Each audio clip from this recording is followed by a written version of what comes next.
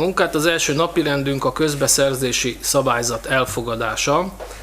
Ennek a napirendnek az előterjesztője dr. Péntek Tímea, és itt szeretném megjegyezni, hogy a legtöbb napirendet ő állítja össze, és egyébként azért nem szólal meg az üléseken, mert ő leír mindent, de ha valakinek kérdése van akár a képviselőtestület tagjai részéről, természetesen a Tímea elmondja mindenkinek. Egyébként ő felügyel a törvényességért, hisz a jegyzőnek elsődlegesen ez a feladata a testületi üléseken.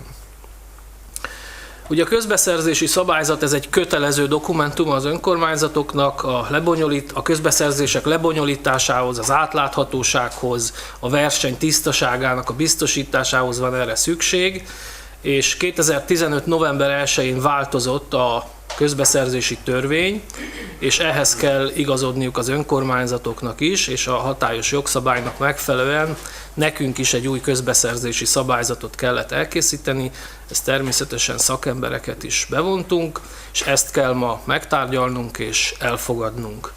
Ezt a napirendet megtárgyalta a Pénzügyi, Gazdasági, Városfejlesztési és Ügyrendi Bizottság. Megkérem Luka János elnököt ismertesse a bizottság javaslatát.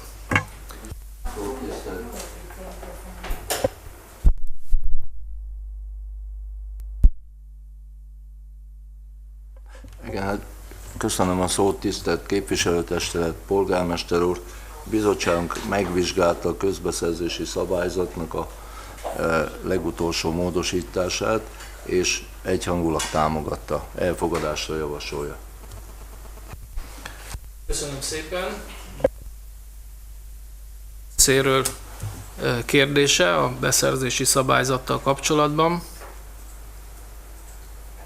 Ha nincs, szavazásra teszem fel a kérdést, aki az előterjesztésnek megfelelően el tudja fogadni Jánosaváros önkormányzatának új közbeszerzési szabályzatát, azt kérem kézfeltartással jelezze.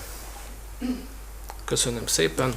Bárcsak sokszor kellene használnunk az elkövetkező időszakban, az azt jelenti, hogy sok pályázatot nyertünk, és most kell lefolytatnunk.